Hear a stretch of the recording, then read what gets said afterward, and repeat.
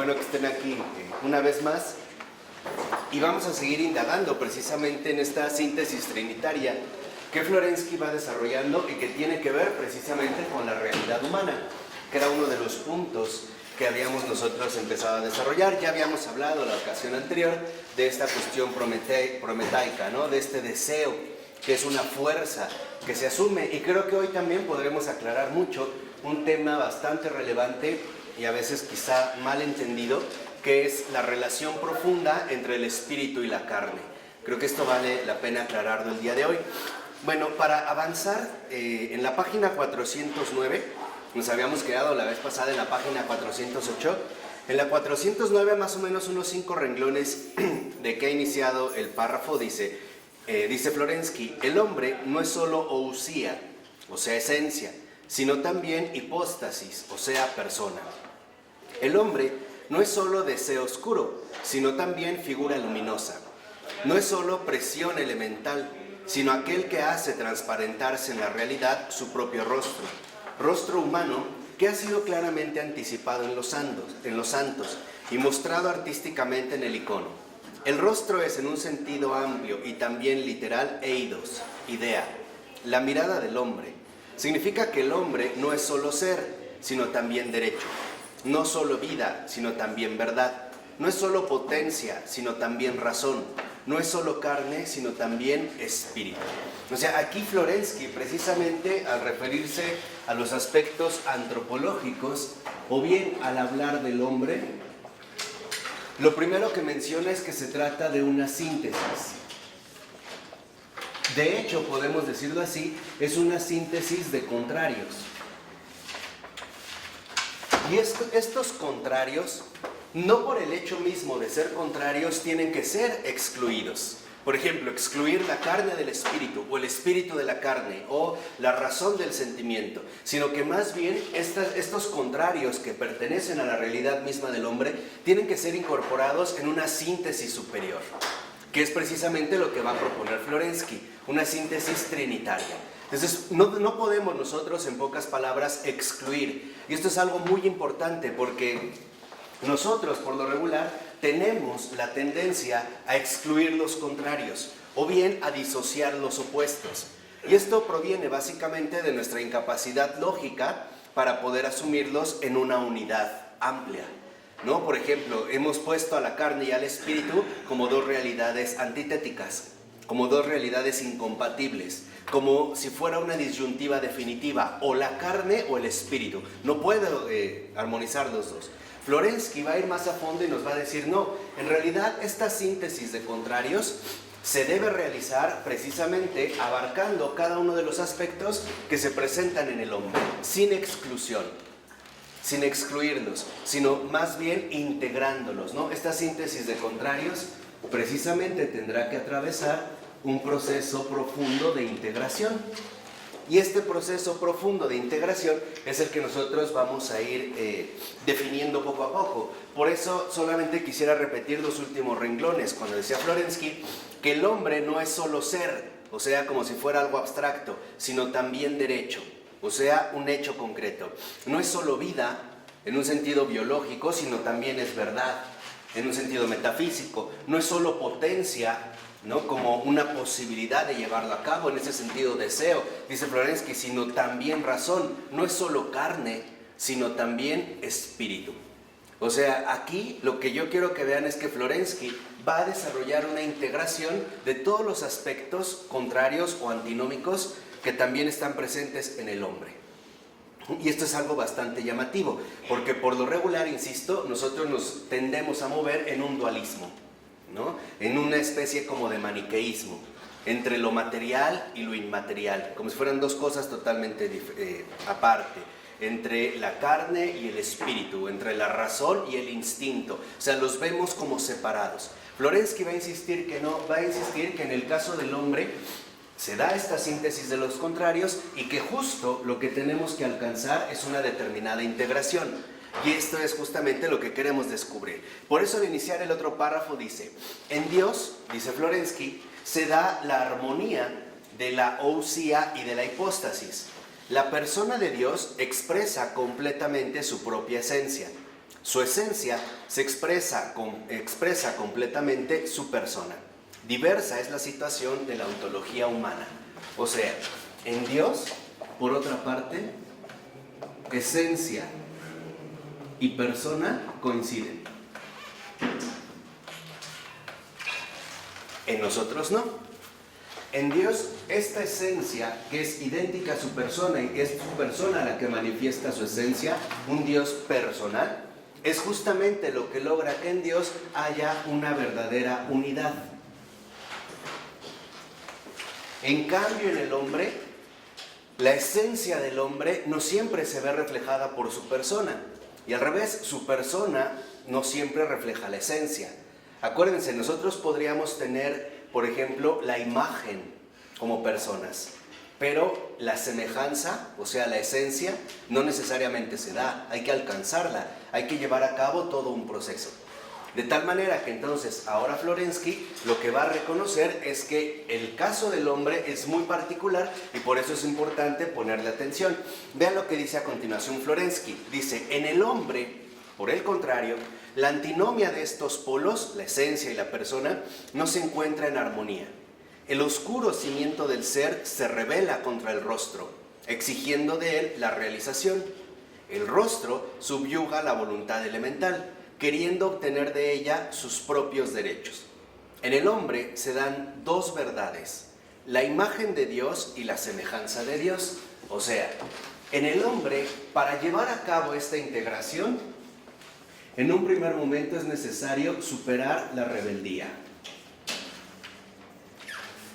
Lo que nosotros también ya habíamos visto la ocasión anterior, que es aquello que nos mueve a veces con una fuerza dolorosa, pero que puede ir incluso contra nuestra propia razón.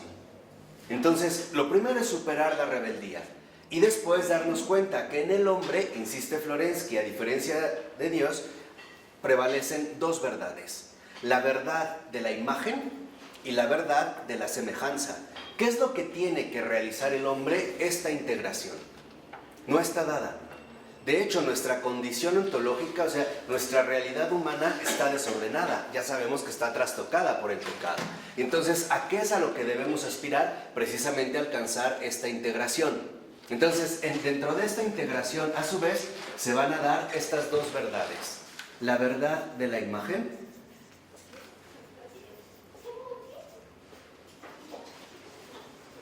y la verdad de la semejanza.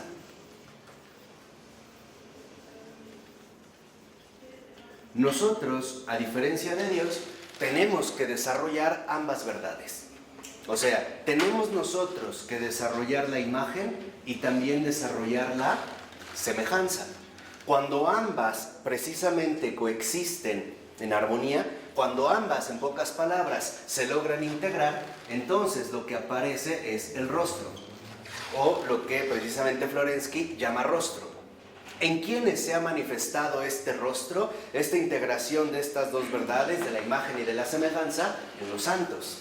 Son precisamente los que logran transmitir el rostro de Dios, ¿no? Más adelante veremos un caso particular, aparte muy providencial, pero el rostro es justamente lo que en nosotros está desfigurado.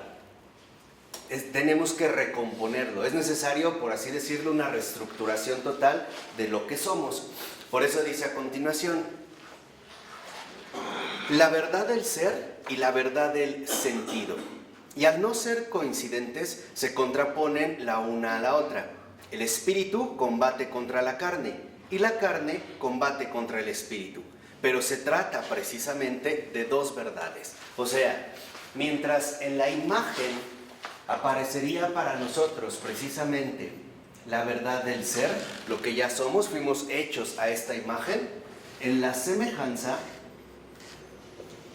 lo que se va a adquirir es el sentido, o sea, la trayectoria vital que nosotros estamos dispuestos a asumir y que de hecho comienza con la conversión. La imagen ya la tenemos, nuestro ser ya está dado, pero ahora lo que tenemos que recuperar en este sentido es la semejanza, o sea, el sentido de la vida. El sentido de la vida que únicamente se va a dirigir hacia el rostro divino. Ser cristiano, lo habíamos visto la ocasión anterior. Nos vamos a dirigir precisamente hacia este ser cristiano. Ahora, dice Florensky, y esto es muy importante, la carne combate al espíritu y el espíritu combate a la carne. Es cierto, pero ambas son verdades.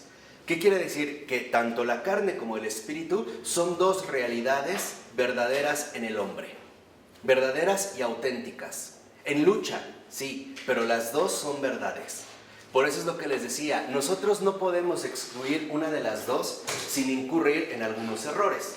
Por ejemplo, si de repente quisiéramos nosotros eliminar la verdad de la carne humana, terminaríamos en una especie de gnosis especulativa, al estilo Plotino. Terminaríamos hablando de realidades abstractas que ya no apelarían para nada a la realidad carnal. Y al revés, si quitáramos lo espiritual en el hombre y solo nos quedáramos con el aspecto carnal, caeríamos en un materialismo como en el que estamos viviendo hoy en día. O sea, lo que hay que darnos cuenta es que las dos en nuestra realidad humana son verdades. Las dos son verdades, son realidades humanas. Y lo importante es integrarlas, no contraponerlas. Esto es importante, o sea, no podemos nosotros dejar de lado la carne y mantenernos en el puro espíritu. Porque esto a lo mejor podría darse en los ángeles, en un hombre no. ¿Por qué? Porque en el hombre, precisamente, está dada esta conjunción de carne y espíritu. Y vamos a ver, ahorita poco a poco, cómo los dos son principios vitales en el hombre. De tal manera que si yo quito uno de los dos, lo que voy a terminar desfigurando es al mismo hombre. Esto sí queda para ver que no son como tesis contrapuestas. Bueno, en la 410 es muy importante este párrafo, la cita que hacen, la inicial en el segundo, dice, su unidad de la carne y el espíritu, dice, no puede ser alcanzada por la vía de las concesiones mutuas. Fíjense, Florensky dice que la unidad humana de la carne y el espíritu no puede ser alcanzada por medio de concesiones mutuas. O sea, como si se diera la carne a algún puesto al espíritu y viceversa, como si el espíritu concediera algo a la carne. No, porque en realidad las dos son verdades, pero son verdades antinómicas. Entonces, entre ambas no hay precisamente este tipo de concesiones. No se pueden, vamos a decirlo así, como rebajar o darle espacio una a la otra. Porque, como lo he insistido... Porque se contraponen. Exactamente, porque se contraponen. Pero los dos son principios, son verdades en el hombre. Entonces no se pueden dar concesiones. O sea, la carne no le concede nada de su espacio, por así decirlo, al espíritu. Y el espíritu no le concede nada de su espacio a la carne. Pero son una misma realidad. No es una. Son una misma realidad en nosotros como hombre, como personas. Pero son dos principios. Pero ambos son verdaderos. O sea, esto nos ayuda a entender bien de fondo lo que somos. ¿Por qué? Porque creo que también uno de los errores contemporáneos es el ya no saber ni siquiera lo que es un hombre. Hemos indagado más las células, las partículas, los planetas, pero la pregunta ¿qué es un hombre? Hoy no la tenemos clara. Incluso, por ejemplo, al reducirlo al ámbito meramente de la carne, hemos llegado a sostener que somos un conjunto de 21 pares de cromosomas. O sea, una mezcla genética, por ejemplo. Pero se pierden de vista otros aspectos. Por eso dice a continuación, infinitas en sus tendencias y aspiraciones, ambos principios del ser humano exigen la infinidad de su desarrollo, exigen la propia afirmación extrema. Y esto es lo que me parece más extraordinario. 1. Tanto la carne y el espíritu tienen sus propias aspiraciones.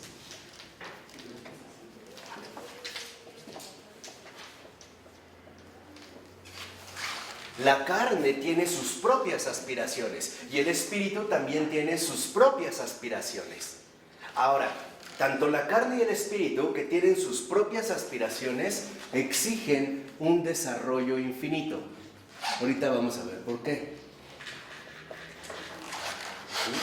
O sea, aquí me parece que ese es como el planteamiento antropológico más central de Florensky. No está diciendo que anulemos una, como luego pudiera ser nuestra tendencia contemporánea. Florensky no es partidario, bueno, yo en lo personal tampoco, de que se elimine una de la otra, sino de que las dos se lleven a su desarrollo máximo. ¿Por qué? Porque como principios vitales, tanto la carne como el espíritu tienen sus propias exigencias. O sea, lo importante es que nosotros desarrollemos estos dos principios al máximo. Y no que optemos por quitar uno a favor de otro. O bien que nosotros queramos, incluso en algún sentido, excluir a uno por el otro. No, sino de llevar literalmente esta afirmación extrema. Y ese es el tercer aspecto. La carne y el espíritu, en su desarrollo infinito, exigen una afirmación extrema. Los estamos ahorita analizando, por así decirlo, en su realidad plena, ¿no? Como dos principios fundamentales que están presentes en el hombre, que cada uno tiene sus propias aspiraciones, que cada uno exige un desarrollo infinito y que cada uno busca una afirmación extrema.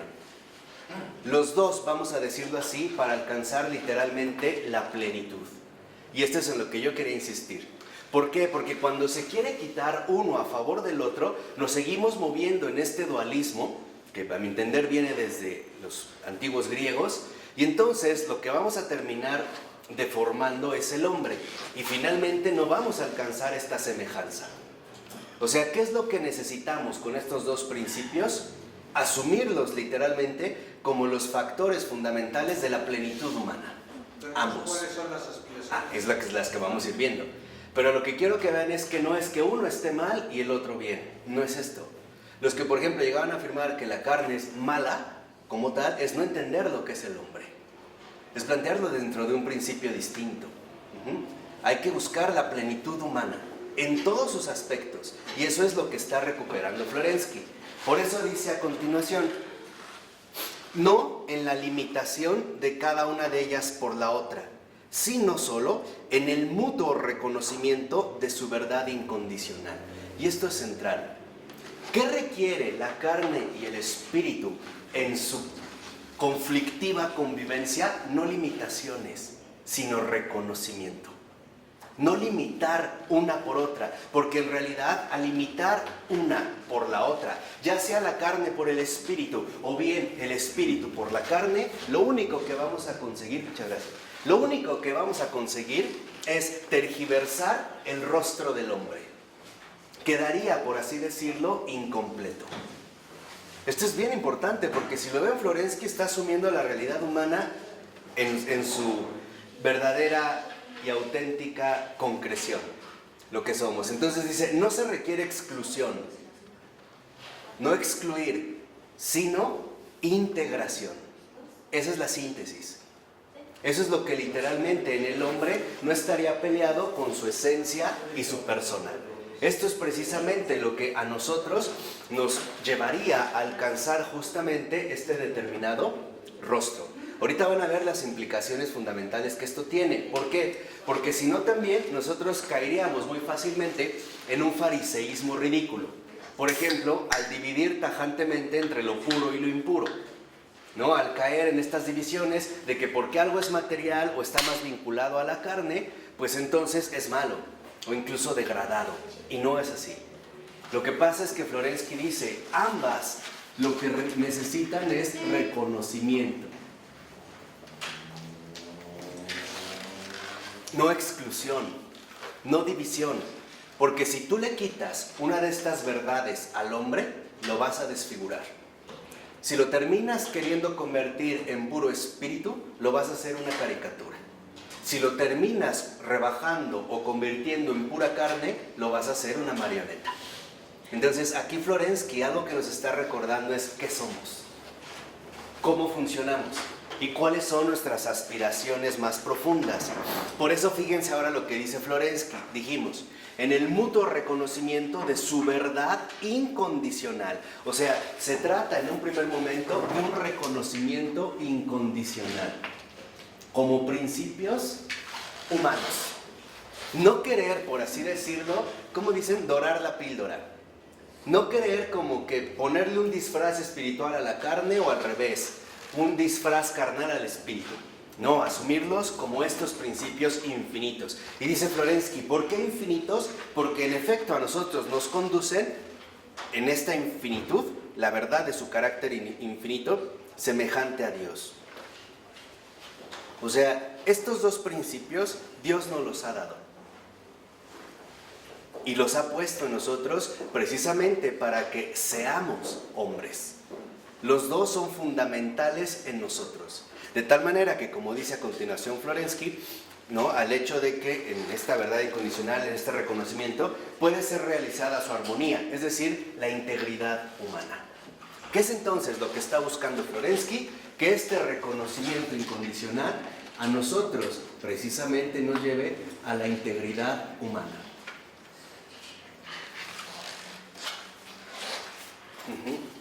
Vamos a decirlo así.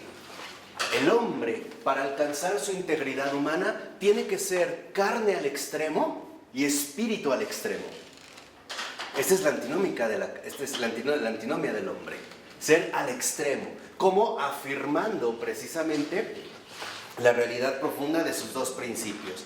Por eso dice a continuación, en un reconocimiento mutuo que no es, sin embargo, un reconocimiento inmediato de cada una de ellas en sí misma, sino solo en sus límites absolutos. Para Florensky, y esto es interesante, la carne y el espíritu solo pueden ser reconocidas a partir justamente de sus límites.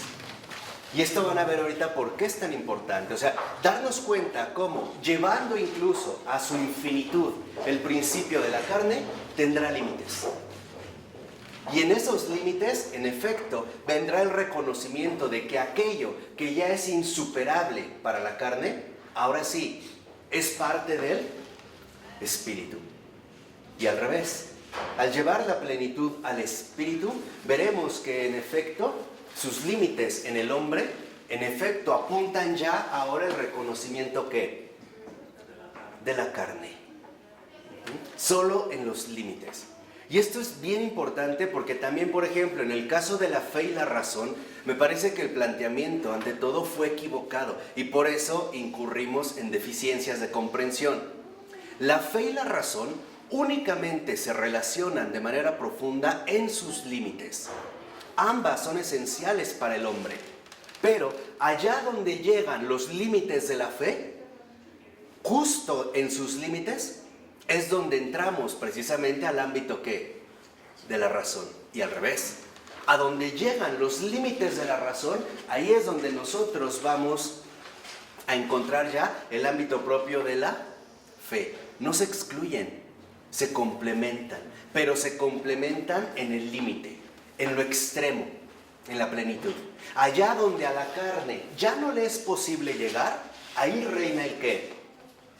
El espíritu. Y ahí donde el espíritu ya no puede llegar, ahí reina ¿qué? La carne. Esto es bien importante, vuelvo a insistir, porque si no tenemos claro este planteamiento, no vamos a tener claro lo que es en verdad un hombre.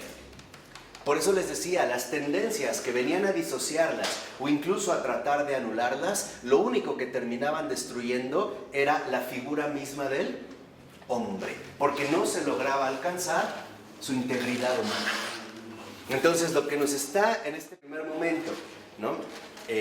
Recordando Florensky, es que es fundamental para el hombre desarrollar al límite la carne y el espíritu, porque es ahí donde se comunican. Es ahí donde en efecto nosotros siempre vamos a aprovecharlo todo, sin perder nada. Un ejemplo concreto de los límites de la carne y de los límites del espíritu. Ok. Allá, por ejemplo, en un caso muy concreto, yo puedo poner el desarrollo del espíritu a través de la contemplación o de la oración contemplativa. Y en efecto, pero habrá un límite en mi desarrollo humano del espíritu en la contemplación, donde en efecto mi contemplación nunca va a poder sustituir el trato con el prójimo. Esto se tiene que hacer a través de ¿qué? De la carne. Ahí no puedo. ¿Podré? Buenísimo ejemplo. Sí, ya en concreto. O sea, podré yo elevarme espiritualmente hasta el máximo, pero esto no sustituye mi carne, o sea, mi trato con el prójimo. Y al revés. Yo puedo desarrollar al máximo mi trato con el prójimo. Pero esto no sustituye mi elevación del espíritu. La oración. Esto es, por ejemplo, lo que muchos ateos no entienden, o muchos humanistas, porque consideran que con el desarrollo pleno de la carne, yo también puedo cubrir al espíritu, y no es verdad. Yo puedo ser no creyente y tratar muy bien a los demás y ser una excelente persona e incluso mostrarme como un modelo humano de comportamiento. Pero si solo me quedo aquí, tengo una carencia, porque no estoy literalmente también desarrollando al máximo mi espíritu. ¿Sí lo ven? Por eso ahora vemos cómo en los mandamientos el Señor nos lo dijo claramente. Amarás a Dios sobre todas las cosas y a tu prójimo como a ti mismo. O sea, desarrollar al máximo el espíritu y desarrollar al máximo la carne. El espíritu no abarca el ámbito de la carne y la carne no abarca el ámbito del espíritu. Ahí es donde se dan los límites.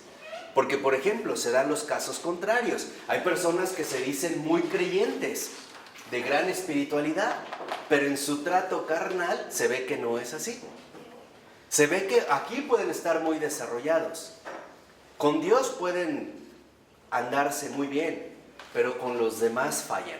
Entonces, ¿qué quiere decir? Que solo han desarrollado integralmente una de sus dos verdades. La verdad que espiritual, pero no han desarrollado la verdad carnal. Y viceversa. Hay quienes han desarrollado muy bien la verdad carnal, pero no han desarrollado de la misma manera la verdad que espiritual. Que eso también creo que es una de las deficiencias de la psicología contemporánea. La psicología contemporánea nos recordó la profundidad de la realidad carnal del hombre, hasta hablar del inconsciente, pero no desarrolló también el ámbito del espíritu. ¿Querías decir? ¿No? Y los judíos que no te saludan en la mano, los musulmanes que se cubren el rostro. Curiosamente, eso va contra la carne. ¿Por qué? Consideran que la carne es mala. Claro. ¿Es cierto? Ese es el un fariseísmo. error grave. Claro. ¿Por qué? Porque la carne puedes ocuparla para rescatar a una persona que ha caído en el piso. Claro, exacto. O sea, por eso les decía, yo creo que es muy importante, como ocurría con Adrián von Speyer, ¿no? Allá se lo dijeron claramente, tú vivirás en el cielo y sobre la tierra. O sea, no porque estés en elevación espiritual te vas a privar de caminar en dos pies y ayudar a tu prójimo. Lo veremos al rato con Santa Gertrudis. Van a ver, de verdad es providencial, en serio. O sea, lo que les digo es clarito, o sea, es claro el esquema que el Señor quiere desarrollar. Por eso es importante esta clase, para que vean las bases teóricas, como no está equivocado y como el Señor de hecho ya lo ha llevado, y no solo eso, sino que nos lo quiere enseñar a través de un ejemplo concreto, Santa Gertrudis de Jeftá. Lo vamos a ver en la siguiente parte. Y aquí es un crecimiento importantísimo. Yo les decía, lo van a ver ahorita, pero lo que quiero que vean es esto. ¿Cómo es que precisamente se va a desarrollar? Por eso dice a continuación, solo de este modo, realizando hasta el límite sus posibilidades infinitas, pueden encontrarse la una a la otra. Aquí es donde viene la genialidad de Florensky. ¿Qué requiere la carne y el espíritu? Absoluta realización, no anulación. Colaboración. Exacto, pero colaboración al extremo, al máximo, al tope, al todo. Y la razón es muy sencilla. ¿Por qué colaboración al máximo, desarrollo al infinito para alcanzar la semejanza de Dios? Es por eso, porque si no va a decir Florensky, si mermamos una de la otra, justo lo que perdemos es la semejanza y por lo tanto no manifestamos el rostro. Entonces, esta integridad humana, como lo acabamos de ver, requiere de dos aspectos fundamentales. Uno, realización máxima. O sea, aquí Florensky me parece también muy importante cuando nos menciona de que la carne y el espíritu requieren realización máxima y no anulación máxima, sino realización, potencialidad, fuerza, desarrollo. O sea, que las dos, en pocas palabras, den lo mejor de sí, infinitamente. El mejor ejemplo sería Madre Teresa. Por decir. Por eso en Madre Teresa vemos cómo nosotros vemos claramente cómo la carne y el espíritu están condensadas. Y ahí está el rostro. Ella, por ejemplo, en las mañanas, y hasta la fecha es una regla de las misioneras, al levantarse es 1 hora de adoración delante del Santísimo. Y de ahí todo el día al servicio de los enfermos. Ahí está. Por eso es que yo les decía, es muy importante para nosotros que la oración ordinaria siempre sea en la mañana antes que cualquier otra cosa. Lo único que puedes hacer antes de orar es ir al baño, nada más. No, en serio, no, sí, en serio, nada más, Es como vas y te regresas, y eso para que no te distraiga, para que de repente no también haya presiones, ¿no?, de la carne. No, es lo que les decía, al levantarte, tu carne, tu cuerpo te dice, tengo que ir al baño. Si tú la reprimes, no, porque voy a elevar el espíritu, va a entrar en conflicto. Hombre, quiere ir al baño, ve al baño. Y ya después te dedicas al espíritu. Ambas, o sea, una realización máxima. Y segunda, como dice aquí Florensky, que se alcance un encuentro justo en el mayor desarrollo. O sea, esta realización máxima, ¿a qué nos va a llevar? A un encuentro. Dentro de su desarrollo máximo y no de su anulación. Por eso fíjense lo que dice a continuación Florensky, y es muy importante. Todo esfuerzo por detenerlas en su propio camino es un engaño. Fíjense, todo esfuerzo por detenerlas en su propio camino es un engaño. Ya vimos por qué. Ya vimos, si yo nada más quiero detener a la carne en su propio camino, me equivoco, no puedo, porque son principios vitales. Lo mismo, si yo quiero limitar al espíritu en su propio terreno, me equivoco. Solamente lo puedo realizar en el límite justo de su propio desarrollo, o sea, de su realización máxima. Por eso nada de dualismos, nada de temores, nada de limitaciones. ¿Para qué? Para no caer precisamente en estos engaños, sino recuperar el rostro del hombre, hecho justamente a imagen y semejanza. O sea, ahora Florensky va a proponer una versión, a mi entender, muy realista, positiva del hombre. No quitándole las cosas, sino desarrollándolas más bien a su máxima capacidad, por decirlo de esta manera. De tal manera que entonces no nos engañemos. No caigamos en engaños de que vamos a poder limitarlas aún en su propio terreno. Y quizá ahorita nada más hago una mención muy tajante. Jesús ayunó en el desierto 40 días, 40 noches, pero al final sintió hambre. Y el Evangelio lo dice, ¿no? Y al final tuvo hambre. Ahí se ve que es verdadero hombre. Claro, desarrolla el espíritu, pero también la carne, en este caso, exige sus derechos. ¿Por qué? Porque tanto el espíritu como la carne en el hombre tienen derechos y los exigen y los piden. En un ejemplo mucho más sencillo, así como hay gente que se desgasta en la carne en su trabajo, los agobios, bla, bla, bla, de repente incluso el espíritu le pide cierta tranquilidad o descanso, ¿no? Quisiera ya no hablar con nadie, aislarse, o irse de vacaciones, o simple y sencillamente apartarse de los demás por un rato. Bueno, esa es exigencia del espíritu. También se lo pide. O sea, como estos dos principios que están en nosotros. Por eso dice a continuación, ha de ser llevada hasta el final la búsqueda de la autenticidad del ser, hasta alcanzar la autenticidad última del ser divino. O sea, aquí, en el hombre, lo que precisamente se debe de buscar, lo que precisamente se debe de alcanzar es la autenticidad.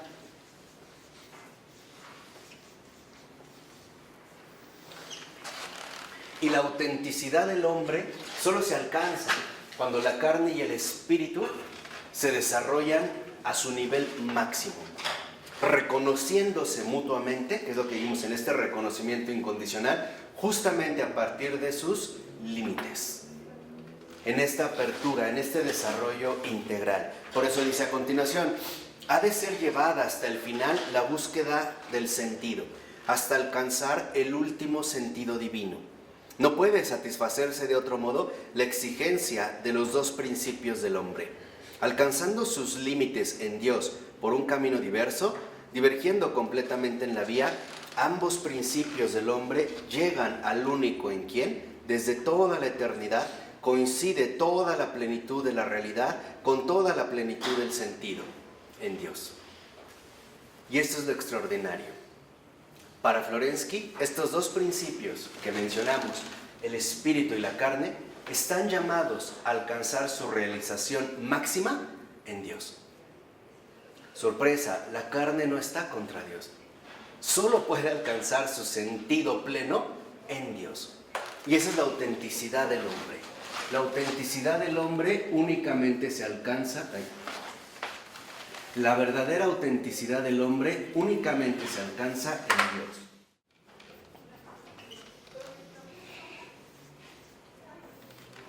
Por eso, el afán... Entonces, perdón, el hombre pecador, ¿no es el enemigo? No, claro. ¿Por qué? Porque lo que está buscando es encauzar su carne y su espíritu hacia Dios, no anularlas. Lo que de fondo también nos está diciendo Florensky es que la santificación requiere la realización máxima de la carne y del espíritu en Dios. Pero entonces la autenticidad es la santidad. Claro, la autenticidad del hombre es que sus dos principios precisamente alcanzan su realización máxima en Dios. Fuera de ahí, no pueden. Ejemplo concreto. Sí, o sea, cuando el hombre en su autenticidad, por ejemplo, pone su carne, su realidad material al servicio de Dios, alcanza su sentido, como en Teresa de Calcuta. Ahora mi cuerpo tiene un sentido, caminar tiene un sentido. Mis manos están al servicio de los necesitados, de los enfermos, de los pobres. Mi espíritu está al servicio de los demás, de los más necesitados, o de los que requieren compañía, o de los que requieren oraciones. De tal forma que entonces la carne y el espíritu, por dos vías distintas, se dirigen a la misma meta, que es Dios. Tanto la carne como el espíritu únicamente alcanzan su realización máxima en Dios. Por eso es importante no limitarlas, sino más bien desarrollarlas hasta que alcancen su sentido último. De tal manera que entonces Dios es el sentido último del espíritu y la carne.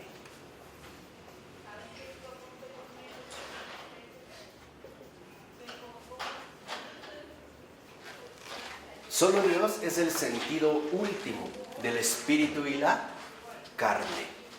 Si queremos anular, insisto, uno de los dos, lo que vamos a terminar haciendo es deformando al hombre y por lo tanto no llevándolo a su autenticidad y por lo tanto privándolo de su culminación en Dios, ya sea en uno de los dos principios.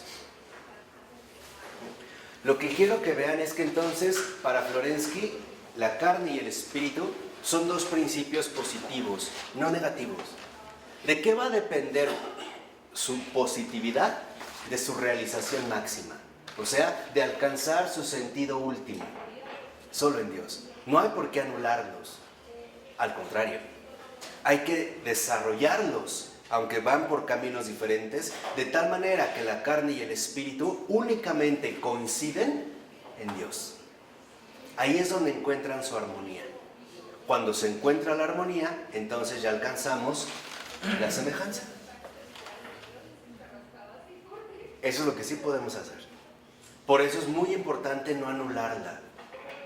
No anular una o la otra, sino desarrollarlas mutuamente. O sea, justamente cuando no entendemos la realidad humana, por eso les decía que es tan importante, es porque tampoco estamos entendiendo la realidad divina. O sea, si nosotros realmente ya no conocemos lo que somos, el problema que está de fondo es que ya no conocemos tampoco la verdad. ¿Por qué? Porque también ya no conocemos a Dios. Y entonces, ¿con qué nos vamos a justificar? Con un montón de teorías sugerentes que pueden sonar bastante bien, pero que en el fondo no vienen de la verdad. Por muy cómodas que esto suponga, o sea, por muy cómodo o incluso llamativo o admirable en términos humanos que esto pueda resultar. Por eso lo dice muy bien Florensky en la 411.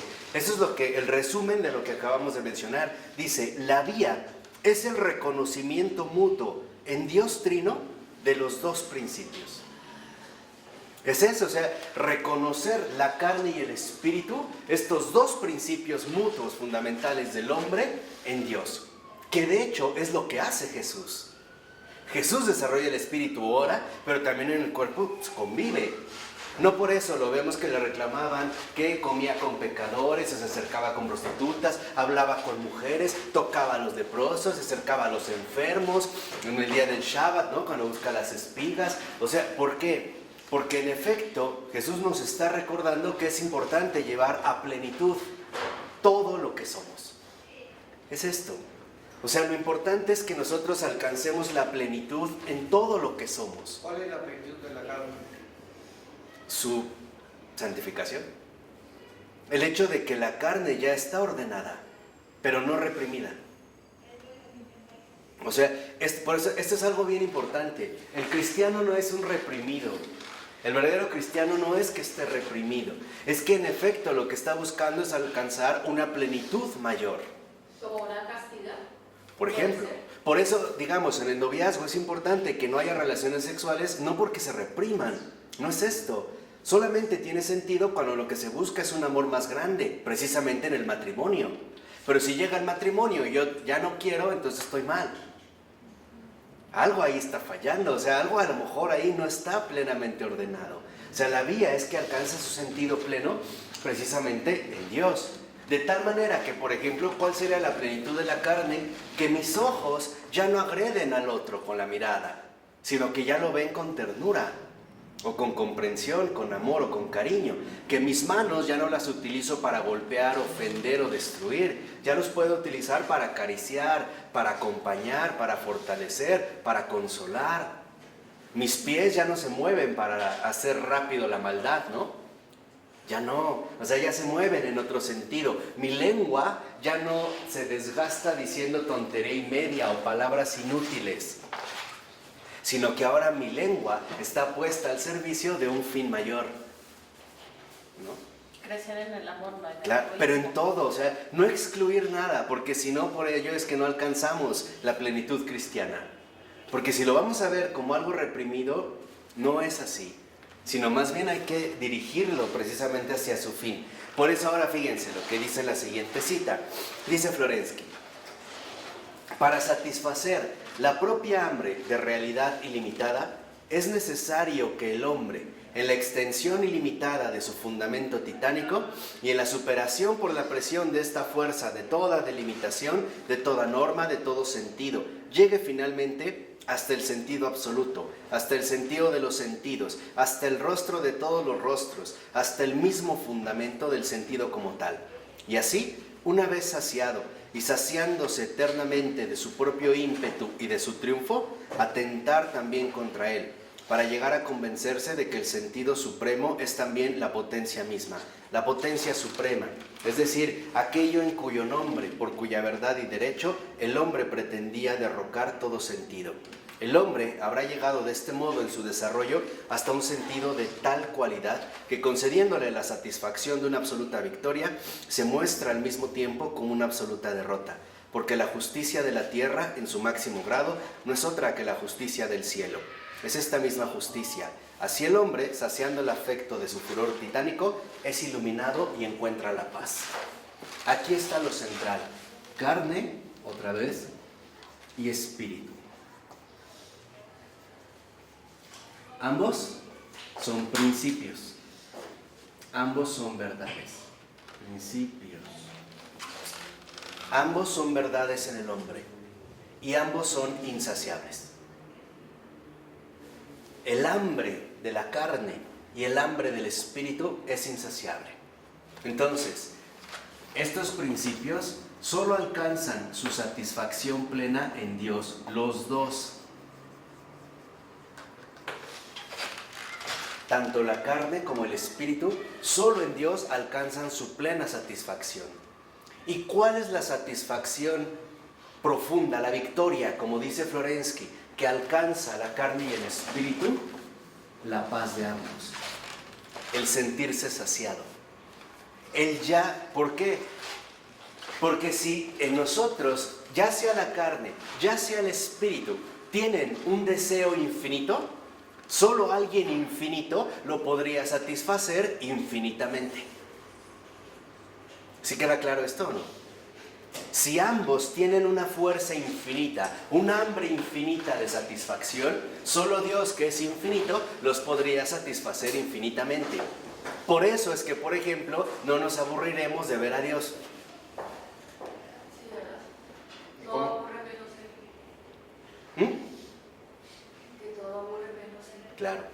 Pero no aburre porque Él infinitamente está satisfaciendo la fuerza infinita de la carne y de qué? Y del espíritu. Tú puedes ver fuera de Dios algo que te agrada mucho, pero tarde o temprano va a empezar a mermar este gusto. Ya no, ¿por qué? Porque no tiene la fuerza infinita para poder satisfacer plenamente tu carne y tu espíritu. O alguna de las dos. Llegará un momento en el que te aburrirá. Solo Dios logra alimentar infinitamente estos dos principios. Por eso el cielo no es aburrido. Por eso no aburre ver a Dios. Porque es siempre, ¿no?, un alimento nuevo, infinitamente. ¿Podrás definir la fuerza infinita de la carne? La fuerza infinita de la carne es la afectividad, el sentir. Como cuando decimos nosotros que lo sentimos en carne viva. Es esta afección, ¿no? Precisamente es una afección carnal. Como cuando, por ejemplo, nosotros a veces no solo requerimos un consuelo de tipo espiritual, también requerimos un consuelo de tipo carnal, por ejemplo, un abrazo. Es esta la afectividad. En cambio, el espíritu, ¿qué es lo que busca? La contemplación. Eso es lo que lo satisface. Entonces, la carne es fuente infinita de afectividad y el espíritu, fuente infinita de contemplación. Por eso, cuando se nos dijo que entonces, ahora, decía San Pablo, vemos como en un espejo, pero cuando Él se manifieste, lo veremos tal como Él nos ve, cara a cara, la veremos con carne y espíritu, en una satisfacción plena en la afectividad y en una satisfacción plena en la contemplación. ¿A eso qué se le llama? Gloria. Ese es el gozo. Ese es el gozo. Por eso un santo dijo que se nos olviden cuentas de las miradas.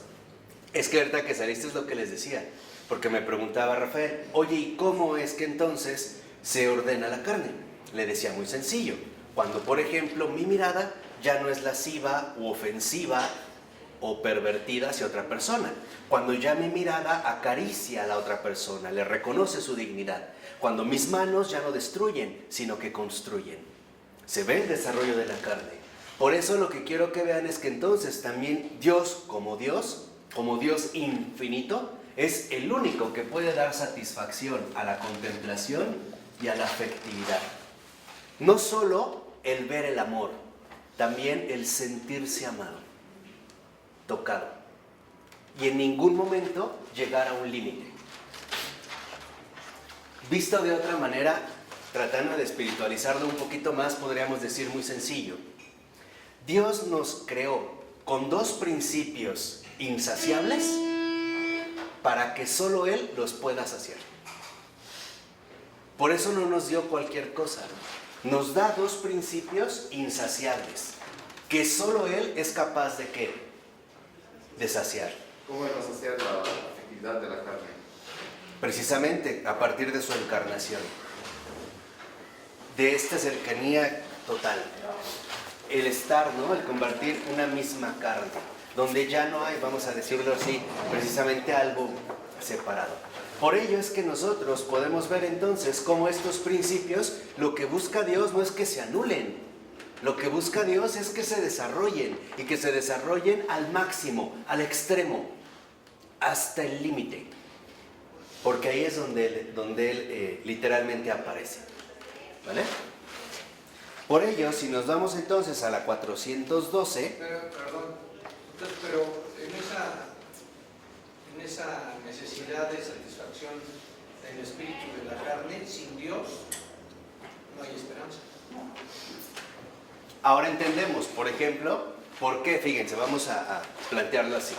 Ahora entendemos por qué con Adán no tiene problemas. Platicar con Dios plenamente, porque en su carne y en su espíritu no hay una interferencia, pero en nosotros sí, ya hay una ruptura. De tal manera que entonces ambos combaten entre sí y nosotros perdemos de vista que lo importante no es el combate que se da entre la carne y el espíritu, sino que lo importante es conducir a la carne y al espíritu a Dios. Eso es lo que los va a santificar. Si esto no se diera, entonces ni nuestra carne ni nuestro espíritu tendrían ni siquiera la más mínima esperanza de poder llegar a una auténtica satisfacción. Viviríamos eternamente insatisfechos. O sea, en una constante no paz. ¿A eso cómo se le llama, Rafa?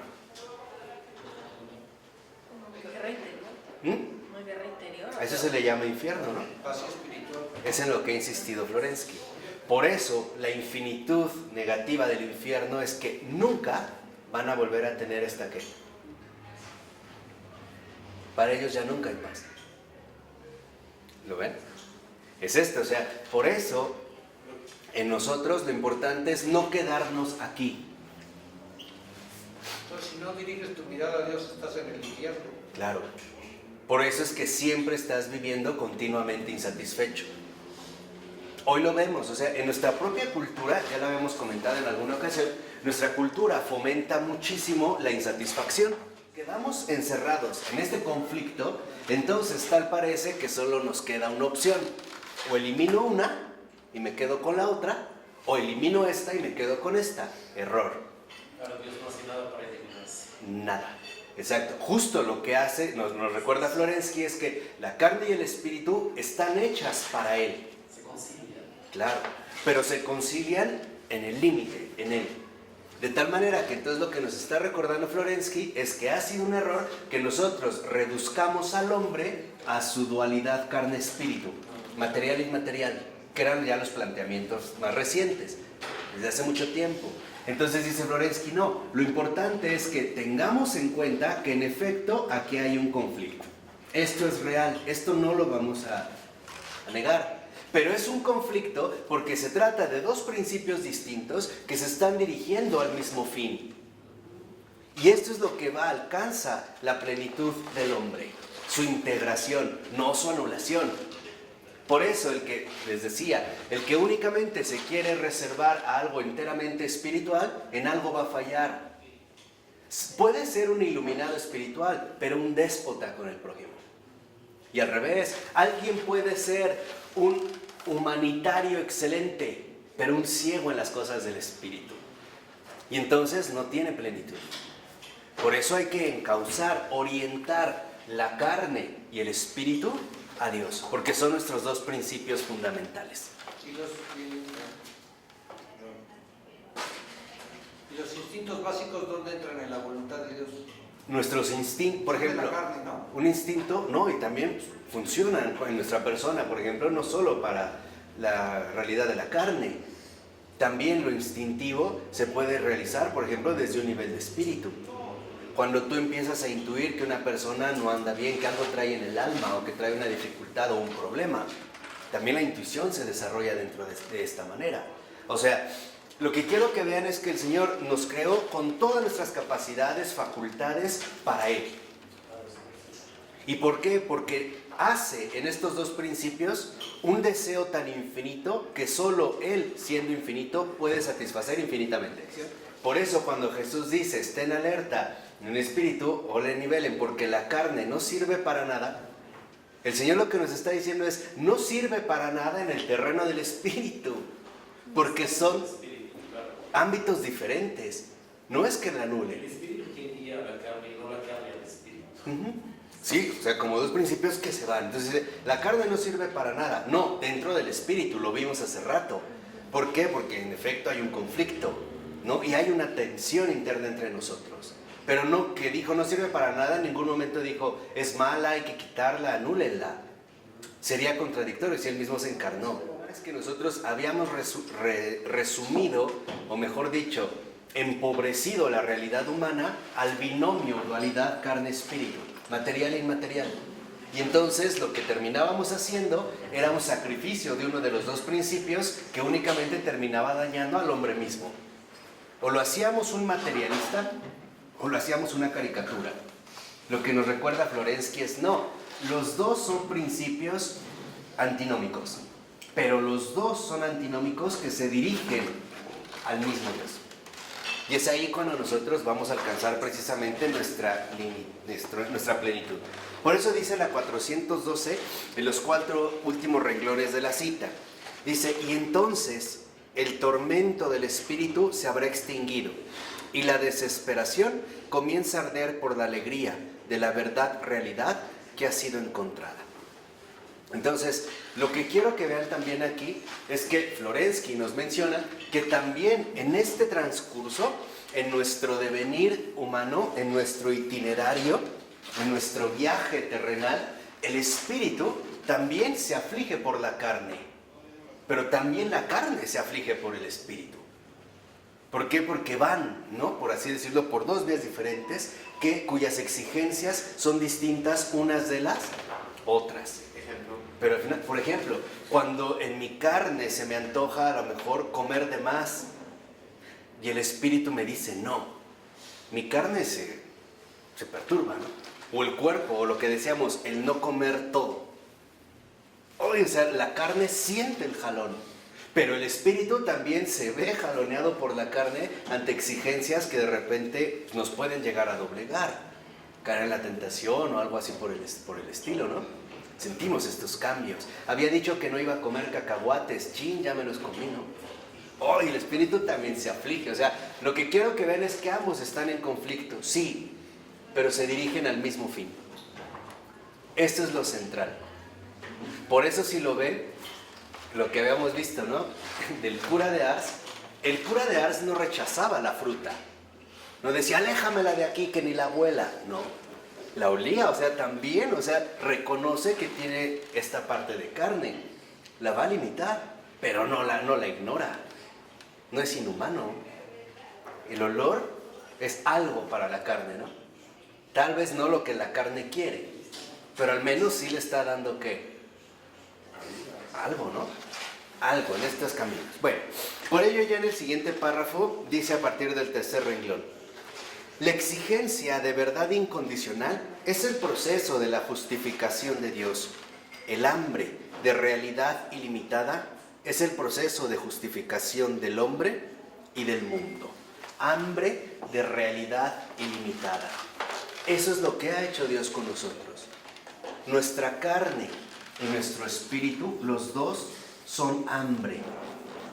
Hambre de una realidad ilimitada. O sea, Dios nos ha dado dos principios hambrientos de Él. Hambrientos, pero de verdad hambrientos.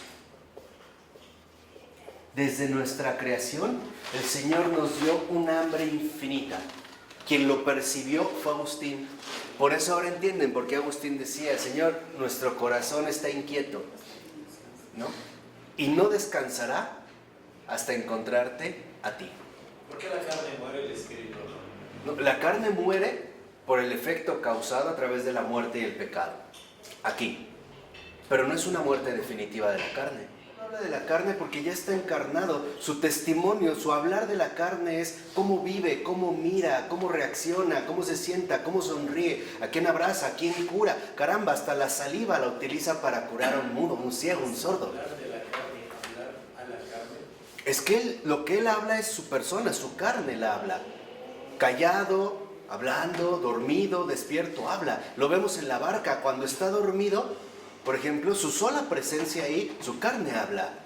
Ya no necesita hablar un discurso de la carne, ya la está manifestando. De lo que sí tiene que enseñarnos es del espíritu. ¿Por qué? Porque este no nos resulta tan inmediatamente accesible. La enseñanza para nosotros es más complicada del espíritu. Por eso la predicación de Jesús va a ser hacia el espíritu. Pero su predicación va a ser su propia encarnación. La predicación de Jesús es su encarnación. Por eso ya no necesita decirnos que es la carne. No, ya está ahí. Está buenísima. Es que tienen ojos y no ven, ¿no? Oídos y no oyen, ya no necesita hablar de la carne.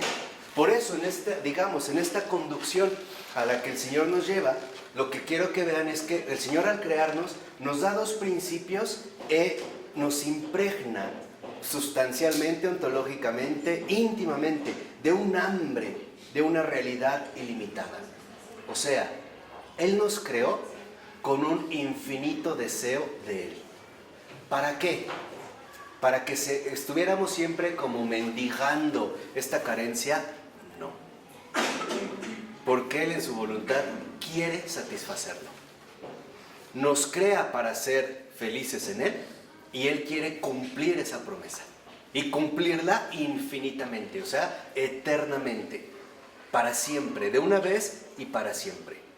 Si aquí lo ven, estamos hablando ya de las raíces más hondas del Señor, más bien del hombre creado. Y esto solamente puede provenir de una sola raíz, de la caridad. Ahora vemos que en efecto Dios es amor, no es un fraude. Él nos va a crear con un hambre de una realidad ilimitada que solo Él puede satisfacer. Por eso es que ahora Dios, en su satisfacción, es el alimento. Y es el alimento vivo, su palabra, su cuerpo, su sangre. Por ejemplo, la Eucaristía, por eso les decía, no solo es espiritual, también es carnal, ¿no? Lo tocamos con la lengua, con la saliva, algunos con la mano. A mí me cuesta mucho trabajo, la verdad, con la mano, pero hay quienes la pueden recibir así, ¿no? El espíritu es el que siente hambre de una realidad. La carne también. También. Acuérdate, por ejemplo, si mal no recuerdas en Jeremías, ¿no? Cuando dice al final, y les enjugaré todas sus lágrimas. Creo que sí es Jeremías, si no lo impresiona. Salmo 63, Mi carne tiene sed de ti. De tal manera que esta hambre de una realidad ilimitada también es una sed por un alimento vivo. Por eso yo les daré de beber, les daré de comer, o sea, los voy a satisfacer en todo. Por eso nosotros vemos como, por ejemplo, es muy hermoso como Jesús en el Sermón de la Montaña, en efecto, alimenta su espíritu. Pero después también les dice a los apóstoles, denles de comer. No dice, ya con esto tienen. No, también denles de comer, ¿no? Ahora, ¿qué vamos a comer? Lo vemos, les decía, en el caso extraordinario de Jesús, que a mí ese es uno de sus ejemplos que me maravillan. Cuando ya resucitado, ya es el nombre sobre todo nombre, ya es todo. Y ve a los apóstoles, les está preparando unos pescados asados, ¿no? O sea, no tiene ahí ángeles en el carbón y en no, Él les está preparando un pescado. Y esto es importante, o sea, solo Dios puede realmente satisfacer nuestro espíritu y nuestra carne. Solo Dios puede en este sentido apagar la sed infinita de mi carne y de mi espíritu. Solo Él. Por eso es lo que les decía, cuando en un matrimonio no está Dios de por medio, se secan. O bien ya no hay un deseo hacia la otra persona, o bien ya no hay un gusto por la otra persona. Ya no hay un fin. Ya no. Sublime. El ser humano está hecho para un fin sublime. Claro. No es para lo temporal. Exacto, el hombre fue hecho literalmente por Dios y para Dios, solo para Él. Aquí es cuando nosotros vemos, ¿no? En este sentido, cómo el Señor nos hizo para Él. Nos hiciste para ti, Señor, decía San Agustín, ¿no? Nos hiciste para ti. Y esto es lo que percibe ya en efecto aquí el buen Agustín. Es este alimento vivo que también logra fecundar hasta el infinito la carne y el espíritu. Lo logra infinito hasta el infinito e infinitamente. Y eso es lo que demuestra la omnipotencia de Dios. Por eso el Señor es el banquete, tanto para la carne como para el espíritu. Por eso es lo que yo les decía, también lo vimos con San Juan. Por eso para San Juan también era importante estar en el pecho del Señor, ¿no? Yo les pregunto, ¿a cuántos no tocó Jesús? O nada más era en el espíritu, ¿no? También decía, denles de comer, ¿no? Lo que hacemos aquí es cristiano en este sentido. Espíritu y carne. Clase y cena. Es esto, en serio. Sí, es esto. O sea, se van dando los dos. De tal manera que entonces este alimento vivo se convierta en la plenitud del hombre. Solo Dios puede llevarnos en este sentido a la plenitud del hombre. Por ello dice a continuación, merece la pena penetrar en los diversos momentos de esta dialéctica religiosa que también refleja el corazón de la rebeldía contra Dios de la época contemporánea y que ofrece una salida al ateísmo partiendo de la misma contradicción interna de la modernidad. O sea, ver precisamente, ¿no?, cuando el hombre le quiere dar la espalda a Dios o se rebela contra él, lo único en lo que se hunde es en una insatisfacción infinita. Por ejemplo, el que únicamente quiere encontrar su realización en mujeres, y ahí lo tenemos en la figura del Don Juan, que habíamos mencionado en su momento, lo único con lo que se topa es con una tremenda insatisfacción. Ninguna mujer le es suficiente. Una no es ninguna, 1000 no son nada. Igual la comida, igual todo. Los coches, el cuerpo, no sé, el cabello, la bebida, las casas.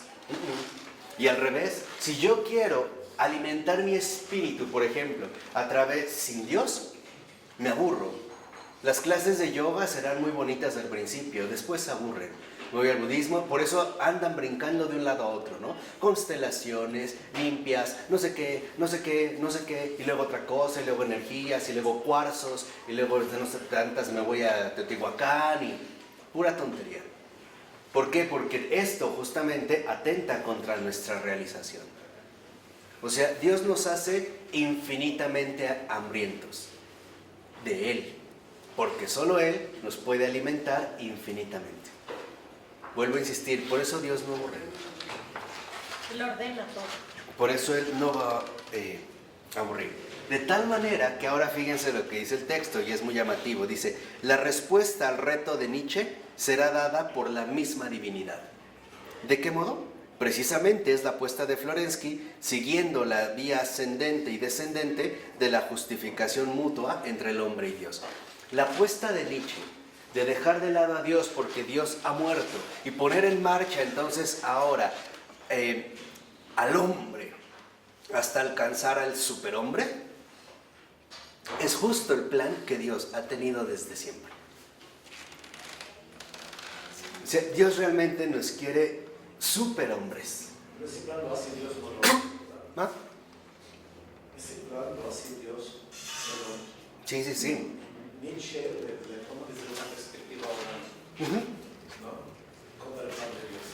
O sea, Dios hace al hombre que sea un superhombre. Por eso yo creo que ahí es donde uno a veces como que no toma tan en serio a Dios de los grandes planes que tienen.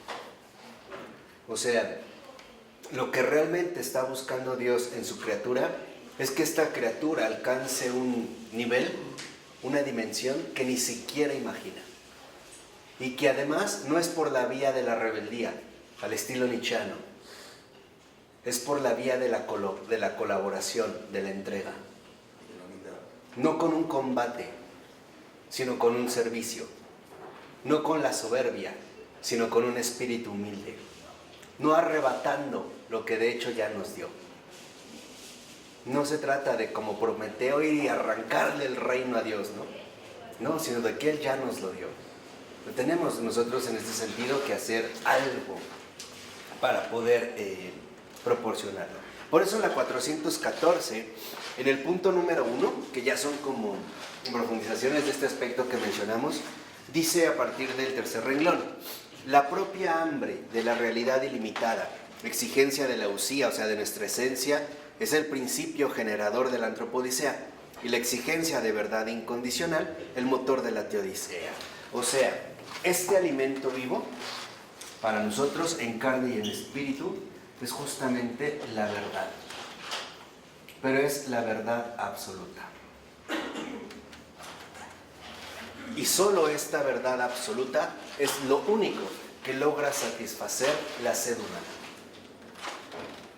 Esta verdad plena, esta maravilla extraordinaria.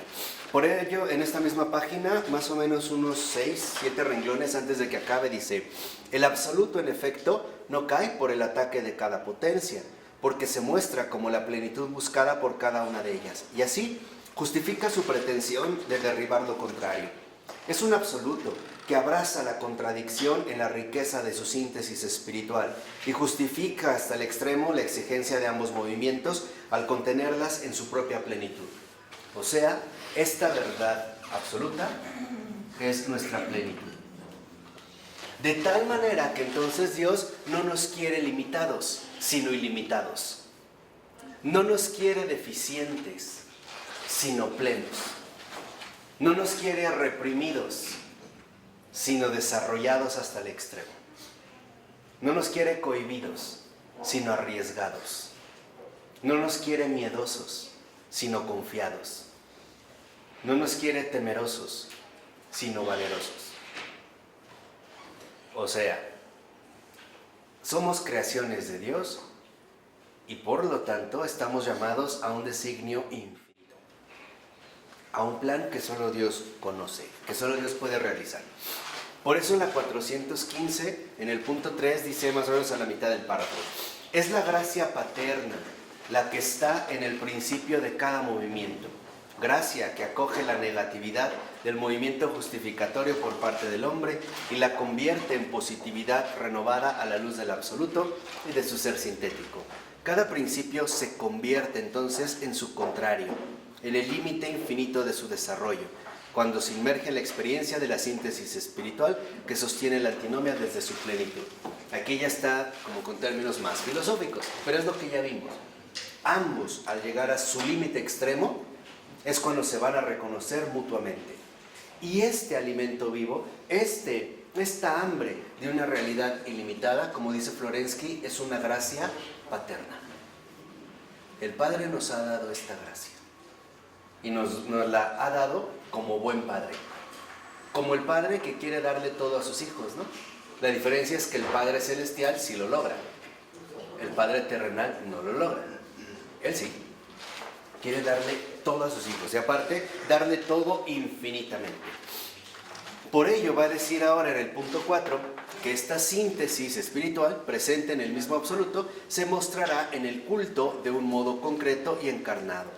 Tanto la verdad dogmática de la luz divina, la Santísima Trinidad, como la realidad salvada, en cuya materialidad sacramental brilla el sentido encarnado, se concentrarán en el misterio de la Eucaristía, que vendrá así a constituir el centro de toda la economía del amor trinitario y al mismo tiempo la síntesis y la fuente de una creación renovada, justificada, en camino de resurrección. Entonces, para Florensky, esta verdad absoluta en plenitud, por lo menos ahorita, ya ha sido adelantada. Es la tensión, ¿no?, católica del ya, pero todavía no, a través del culto y precisamente a través de la Eucaristía.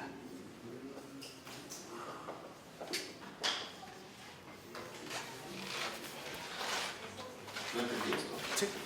Todo lo que ahorita vimos en la Eucaristía, en el culto que ahorita desarrollamos, es como un anticipo de lo que vamos a alcanzar al final, precisamente en la resurrección. Que así como Dios se nos ofrece como alimento de nuestra realidad limitada, finalmente, como dice, en camino hacia la resurrección, en la resurrección, esta alimentación de Dios va a ser ilimitada. Él va a ser nuestro alimento, ya no requeriremos ninguna otra cosa. Él ya lo es todo para todos. Todo. ¿Por qué lo es todo para todos? Precisamente porque solo Él puede alcanzar la satisfacción de nuestros infinitos deseos. O sea, lo que ahorita hacemos en el culto es una anticipación de lo que Dios quiere hacer. Alimentarnos, acompañarnos, estar con nosotros, ser todo para todos. Ya no hay, donde ya no haya ninguna otra necesidad ajena a Él. Donde Él lo es todo, alfa y omega. De tal manera que entonces en la resurrección sea una Eucaristía perpetua. No a manera de la conversión del pan y el vino, sino de la satisfacción de su criatura. Del darse de Dios a la criatura y de la criatura el recibirlo como su alimento, como su todo, como su alfa y su omega. Podríamos decir que aquí lo que estamos viviendo en la Eucaristía es un anticipo de algo que ni siquiera imaginamos, que no tenemos ni idea. Por eso, si lo ven, en el siguiente párrafo dice: la contemplación de la luz celeste es la cumbre de la teología, el vértice de la especulación, el término del camino teórico. La comunión con la palabra encarnada es la cumbre de la vía que persigue resultados prácticos, el término de la actividad que busca realizar cosas. Una y otra constituyen el culto, el único culto, pero mirado desde aspectos diversos. Tanto la teodicea como la antropodicea conducen a un único fin. Este fin es el culto, la liturgia, la comunión cultual con Dios. Y ahí está. ¿Qué se busca entonces literalmente alcanzar esta verdad absoluta? La comunión. La comunión total con Dios. Esto es literalmente lo que entonces nosotros estaríamos buscando. Alcanzar esta comunión total con Dios. Dirigirnos a esta plenitud extraordinaria donde el culto ya lo llena todo. Donde ya Dios es, les vuelvo a insistir, ya es todo para todos. Donde ya se vive una Eucaristía plena. Esta acción de gracias mutua por lo que el Señor nos va dando sin que nosotros nos aburramos o alcancemos algún tipo de fin o algún tipo de hastío o algún tipo de lleno. Tú podrás comer algo que te gusta mucho, pero si lo comes demasiado te aburrirá, ¿no? O te hastía o te asquea incluso, ¿no? Te llega como a molestar. Con Dios esto no sucede, porque ese será el alimento vivo que se reparte para todos. Ahora es Él, el mismo banquete. Son las bodas del Cordero, ¿no? Él es el Cordero. Acuérdense que antes, por ejemplo, antiguamente en las bodas, el plato principal era el Cordero. ¿Y qué se hace con el Cordero? Se reparte, ¿no? Ahora, Él es la fiesta, Él es el alimento, Él es la alegría, Él lo es todo. Otra vez, les vuelvo a insistir. Ahora ya Jesús se presenta como todo para todos. ¿De acuerdo? ¿Vamos bien? ¿Sí? Vamos a dejarle aquí un poquito, si les parece bien, también para que descansen, creo que en estos temas filosóficos, y ahorita continuamos.